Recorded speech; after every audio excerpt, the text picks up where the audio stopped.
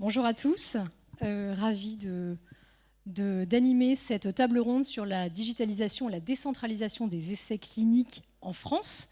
Y a-t-il des clés pour le futur? Je m'appelle Anne Leloirne, je suis directrice adjointe du Comité national de coordination de la recherche qui fédère les CHU et les CH pour les questions de recherche et vice-présidente de la Commission nationale des recherches qui porte sur la personne humaine. Et je vais introduire Françoise, donc Françoise Letiec, qui est médecin, directeur de la recherche et développement chez Janssen et responsable des opérations cliniques et membre du comité d'attractivité pour la recherche du LEM. Loïc, je vous laisse vous présenter. Bonjour à toutes et à toutes. Donc moi, je suis chez EY Consulting, où je m'occupe de nos activités dans le secteur de la santé. Ça fait un peu plus de 20 ans que j'interviens dans le secteur, donc j'ai eu à la fois la chance et l'opportunité d'adresser ce magnifique écosystème, que ce soit du point de vue des régulateurs, des offreurs de soins ou des industriels. Et depuis quelques années, j'ai une responsabilité un peu plus internationale, ce qui me permet aussi de comprendre comment les systèmes de santé et les industriels interagissent dans d'autres pays, et c'est une source d'informations absolument formidable. Alexandre. Bonjour, enchanté, Alexandre Gonoun, je suis le fondateur et CEO de Kiro. Kiro, c'est une société, une start-up d'intelligence artificielle pour la biologie médicale. Donc concrètement, vous avez probablement tous fait des prises de sang. On va travailler avec les laboratoires de biologie médicale, les patients et les professionnels de santé pour aider à l'interprétation automatique de ces bilans. Quand vous allez au laboratoire de biologie médicale, aujourd'hui, Kiro, c'est plus de 200 000 patients qui viennent tous les mois, un peu dans différents pays du monde. Et on est membre de French Tech 2030, donc qui fait partie justement des sociétés lauréates du gouvernement pour travailler justement sur les sujets de souveraineté et d'avenir. Merci. Alors nous allons commencer par parler des enjeux, les enjeux de la digitalisation en France et en Europe. Quels sont les challenges à venir? Est-ce qu'il est possible de décentraliser des essais cliniques? Est-ce que la digitalisation va aider? Quels sont les outils qui sont disponibles? Est-ce que c'est possible vis-à-vis de la réglementation qui n'est pas simple en recherche? Et dans quel délai est-ce que nous pourrions y arriver? Françoise? Oui, alors tout d'abord pour introduire le sujet, les essais décentralisés, le principe est le fait de déplacer les visites protocolaires d'essais cliniques de l'hôpital vers le domicile du patient. Grâce à tout ça est possible avec des outils de digitalisation dont on va parler ultérieurement. Et en fait, ce modèle est très important parce que ça permet à davantage de patients d'accéder à la recherche clinique, ça permet à des patients d'accéder à l'innovation thérapeutique. On sait que plus de 70% des patients qui participent aux essais cliniques habitent à plus de 2 heures des centres d'investigation des hôpitaux. Et donc, c'est vraiment très important. Et puis, c'est aussi une façon de diminuer la lourdeur de participation à un essai clinique pour un patient. Et puis, les bénéfices de la décentralisation convergent entre les patients et puis les industriels, puisque, effectivement, on peut ça permet d'inclure davantage de patients, une diversification de population de patients dans les essais. Et puis, c'est aussi la possibilité de maintenir l'engagement, la rétention des patients. Et pour les industriels, c'est extrêmement important. C'est vrai que 80% et même plus de 80% des essais cliniques sont retardés pour des problèmes de recrutement de patients. Et puis, il y a aussi un bénéfice pour l'hôpital. L'hôpital a des problèmes de ressources et ça permet de désengorger aussi l'hôpital en déplaçant un certain nombre d'activités vers la ville et donc d'alléger un peu aussi les difficultés de l'hôpital et puis aussi de favoriser les connexions ville-hôpital dans un projet commun de prise en charge. Donc tout ça est très important. Voilà. Et Loïc? En fait, moi, je serais intéressé par compléter ce que tu viens de dire sur les bénéfices, parce que c'est vrai que, et ce sera probablement aussi l'occasion des compléments qu'on apportera juste après, cette logique de bénéfice, en fait, elle est difficile à matérialiser, parce qu'on se rend compte qu'elle est très tributaire en fait, de la nature de la pathologie, mais également de la phase de développement de cette nouvelle thérapie. Donc si on l'illustre par exemple sur l'oncologie ou les maladies orphelines, en fait, on est sur des thérapies qui sont très ciblées, qui visent un nombre de patients qui est extrêmement limité, sur lequel on est plutôt sur quelque chose de très centralisé, qui nécessite un contact très fréquent, soit avec le centre, soit avec l'hôpital.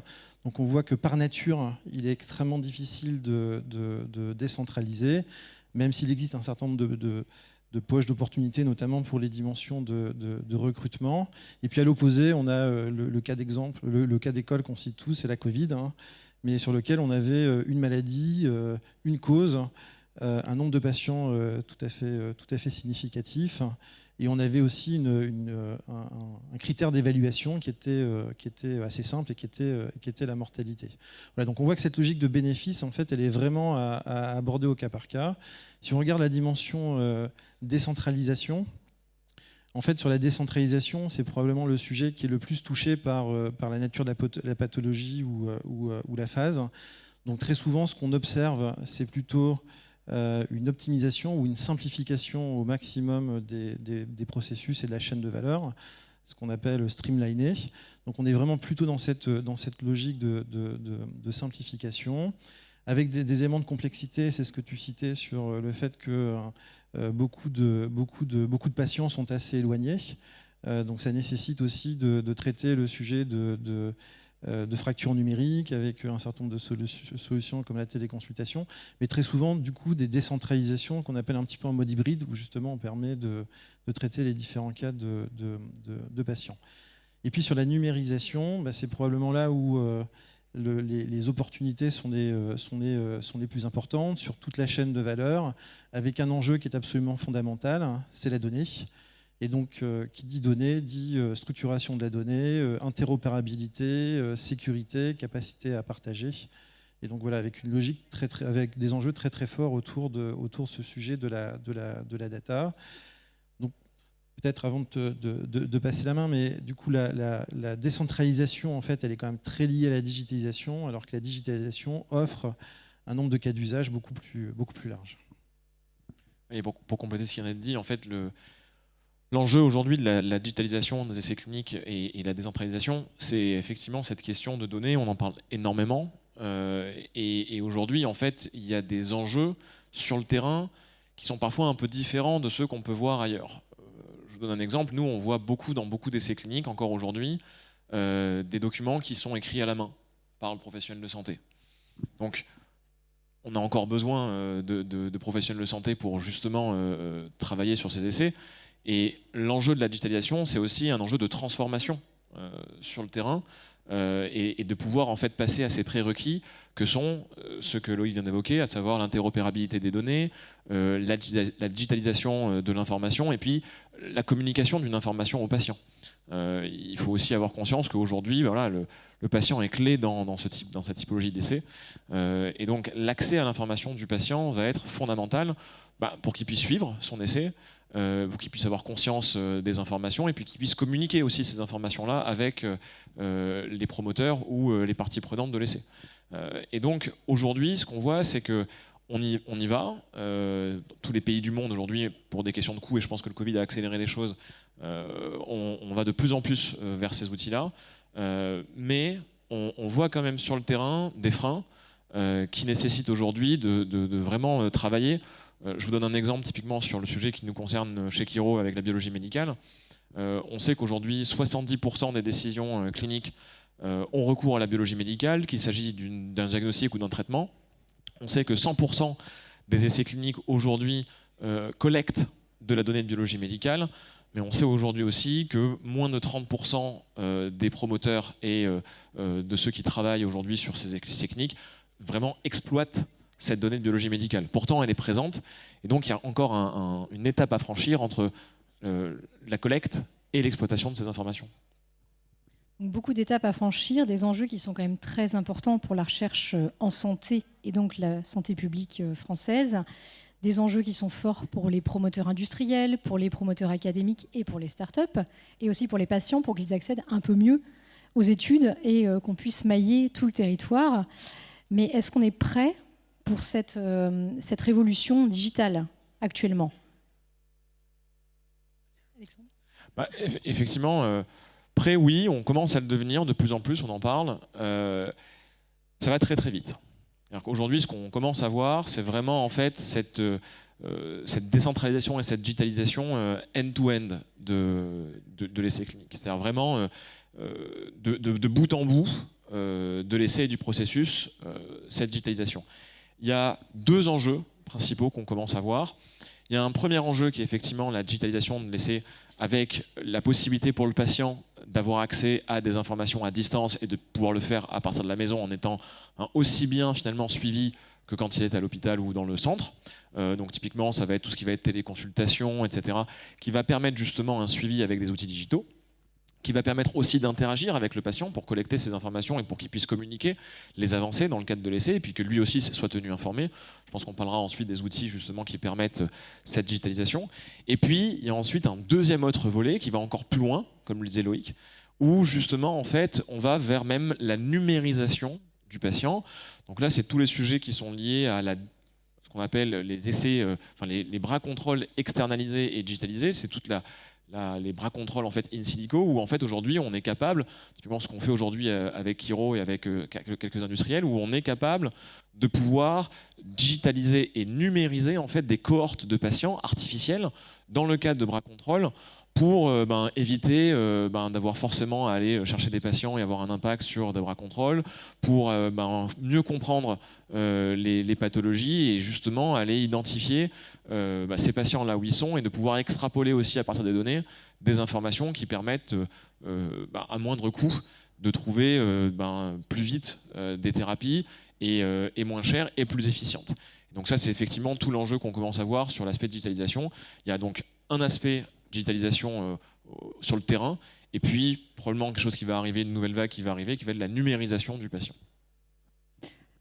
Alors, je peux peut-être rebondir sur les bras synthétiques, parce qu'effectivement, côté industriel, c'est très intéressant et important, puis aussi pour le patient.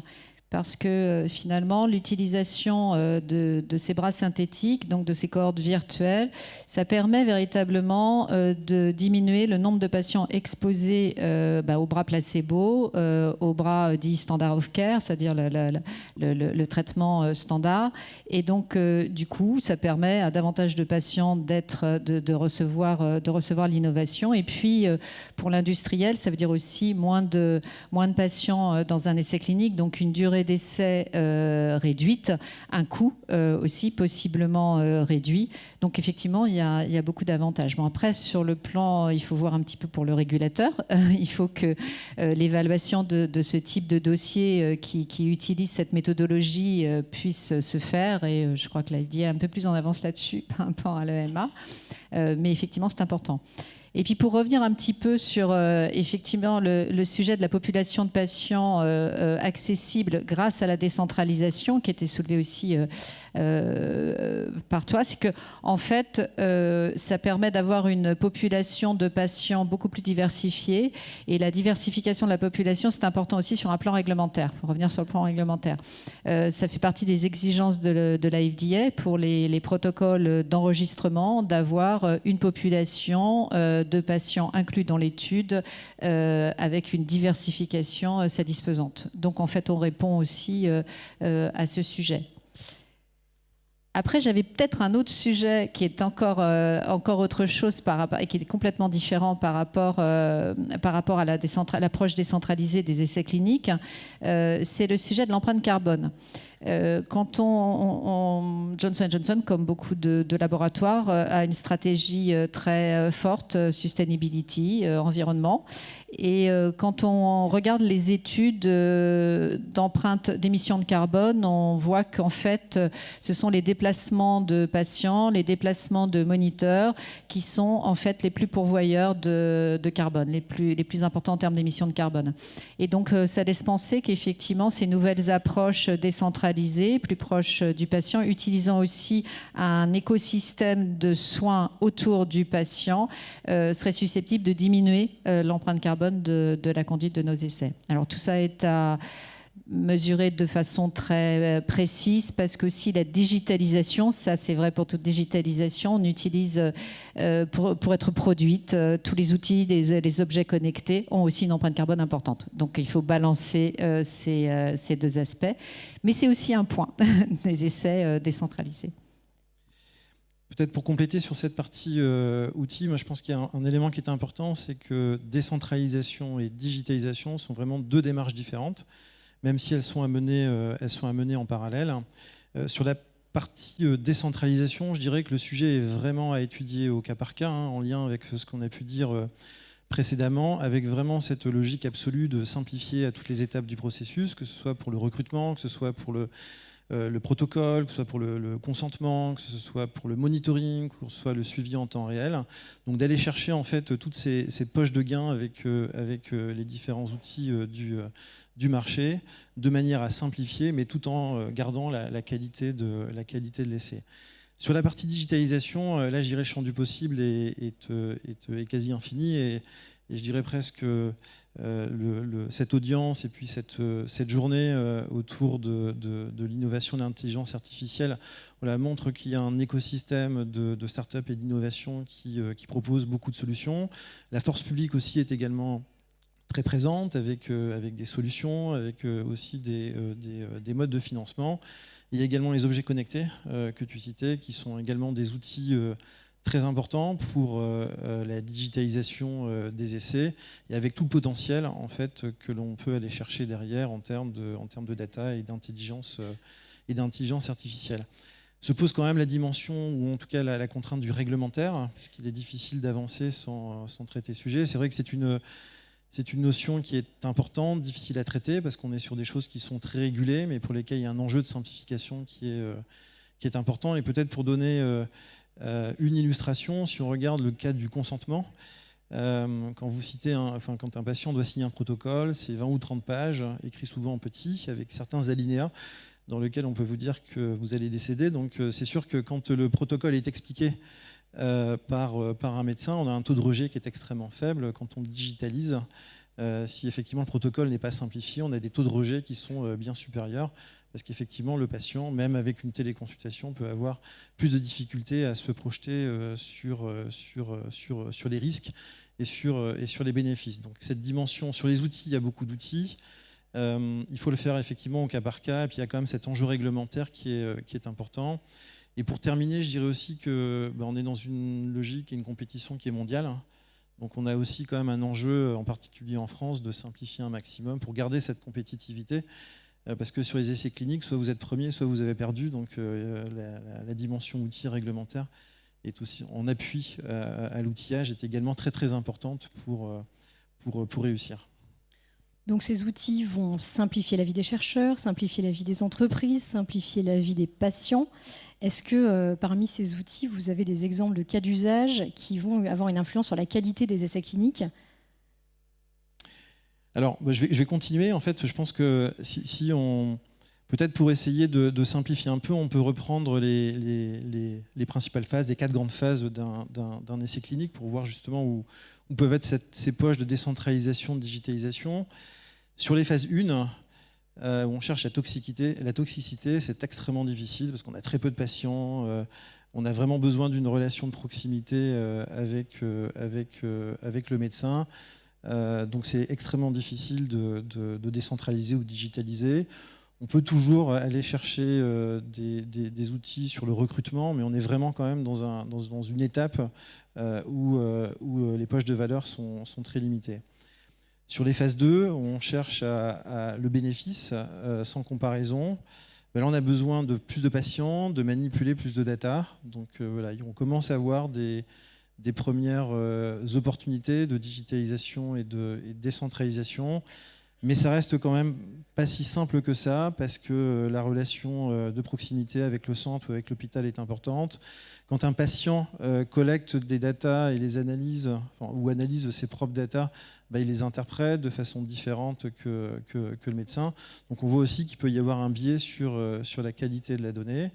Sur les phases 3 où on randomise, ou sur les phases 4 en données de vie réelle, bah, c'est là où on a des opportunités de décentralisation et de digitalisation qui deviennent importantes, bah, notamment parce qu'on étend la taille des échantillons et le volume de données que l'on collecte. Mais là, de la même manière, si on est sur un médicament oral, ou si on est sur un acte de biologie, ou si on est sur quelque chose d'injectable, de la même manière, en fait, la capacité à collecter de la data et à digitaliser sera très différente. Donc voilà, je trouve que cette illustration est assez intéressante parce qu'elle montre en fait sur cette chaîne de valeur qu'effectivement, que ce soit digitalisation ou décentralisation, il faut vraiment les simplifier là où on le peut, mais vraiment en fonction du cas d'usage que l'on est amené à rencontrer. Alexandre, rapidement sur la qualité. Ouais, très rapidement, en gros, l'enjeu aujourd'hui, c'est trouver dans la décentralisation, c'est aller chercher le patient là où il est. Et donc lui communiquer une information parce que il faut voir que dans cette médecine personnalisée dont on parle tous, c'est un triptyque qui va du dépistage, de la prévention, diagnostic et traitement. Le traitement, c'est important pour justement permettre aux patients d'être traités par définition pour une pathologie donnée. Dans le cadre de la décentralisation, l'enjeu, c'est du coup de trouver les patients là où ils sont. On parlait tout à l'heure typiquement des enjeux FDA ou autres réglementaires qui nécessitent d'avoir une variété ou une diversité des patients. Je vais vous donner 2 exemples. Un sur lequel on a travaillé avec un gros industriel sur ces sujets justement de détection précoce, et l'autre avec un très grand laboratoire de biologie médicale dans le sud de la France sur le sujet du diabète. Sur le sujet typiquement de trouver les patients là où ils sont. Aujourd'hui, sur l'insuffisance rénale chronique, c'est une pathologie qui touche 10% des patients, mais 90% des patients ne sont pas dépistés à temps. Les traitements, on sait, sont efficaces en phase 1 et en phase 2 de l'insuffisance rénale, c'est-à-dire quand vous n'avez pas de symptômes globalement. Donc l'enjeu, nous, ce qu'on a fait, c'est d'utiliser des algorithmes d'intelligence artificielle qui permettent justement d'identifier ces patients-là avant pour leur communiquer une information précocement, faire du dépistage précoce et leur permettre éventuellement ensuite de pouvoir bénéficier d'un traitement. Et donc ça, c'est typiquement un enjeu parce que si on ne sait pas que ces patients-là sont à risque, si on n'a pas identifié ces patients, s'ils ne sont pas dans le circuit traditionnel de la biologie ou du diagnostic, eh ben, ils ne peuvent pas non plus être identifiés pour la partie essai et thérapeutique. Donc ça, c'est le premier exemple qui peut toucher tout le monde. Le deuxième exemple, qui est un peu plus complexe à percevoir, mais qui est tout aussi important, c'est la question de l'accès à l'information sur un essai clinique. Alexandra, qui a monté ce projet chez Chiro et qui est dans la salle aujourd'hui, a travaillé typiquement sur la question du diabète et du diabète qui n'est pas contrôlé, dans le sud de la France. Et on s'est rendu compte typiquement que pour certains patients qui avaient un diabète non contrôlé, la question principale était la question finalement de la catégorie socio-professionnelle, qui était l'enjeu principal aujourd'hui, qui pouvait expliquer qu'un diabète pouvait être non contrôlé. L'enjeu, c'est typiquement comment, pour des essais cliniques qui vont aider ces patients-là, comment on les identifie. Ils ont accès au numérique. Ces patients qui, aujourd'hui, chez Chiro, récupèrent leur état de biologie médicale sur un téléphone portable ou sur un ordinateur. Pour autant, il faut pouvoir leur communiquer l'information qu'ils peuvent être éligibles à tel ou tel essai, à tel ou tel protocole, et que cette situation, cette solution-là est possible pour eux. Et donc ça, c'est effectivement aujourd'hui l'enjeu dans les outils de la décentralisation et de l'utilisation des essais cliniques. Oui, donc c'est effectivement des enjeux très importants et c'est très important que ces outils puissent aider au recrutement des patients, de ce type de population de patients, parce qu'effectivement, il s'agit de patients difficilement accessibles pour nos essais cliniques, conduits majoritairement à l'hôpital. Ce sont aussi des patients, comme ça vient d'être dit, qui n'ont pas la notion nécessairement de l'existence d'essais cliniques pour leur pathologie.